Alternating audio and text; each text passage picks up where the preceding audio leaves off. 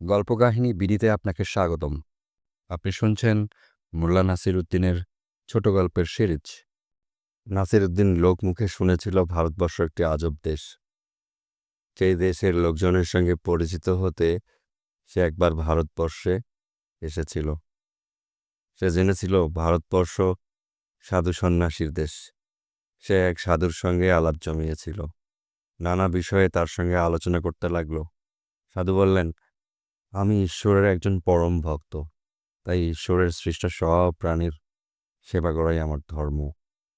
নাসিরউদ্দিন বলল, সবাই সবার উপকারে আসতে পারে।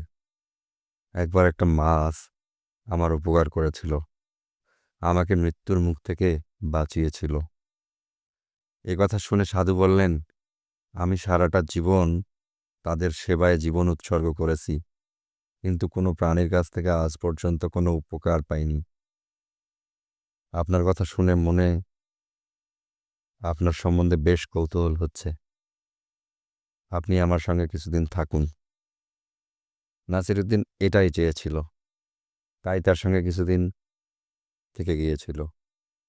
সাধুদের অনেক কিছু সে শিখল। একদিন সাধু বললেন, মোল্লা সাহেব, আমি আর কৌতূহল দমন করতে পারছি না।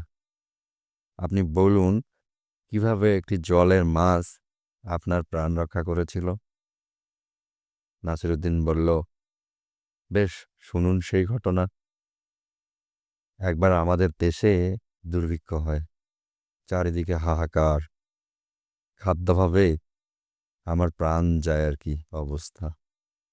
সেই সময় বাঁচার জন্য আমি প্রতিদিন বড়শি দিয়ে মাছ ধরে খেতাম। বড়শিতে যেমন যেমন মাছ উঠত, সঙ্গে সঙ্গে সেটি ভেজে খেয়ে ফেলতাম।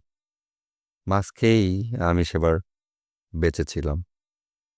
মজার মজার গল্প পেতে আমাদের চ্যানেলটি সাবস্ক্রাইব করুন। ধন্যবাদ।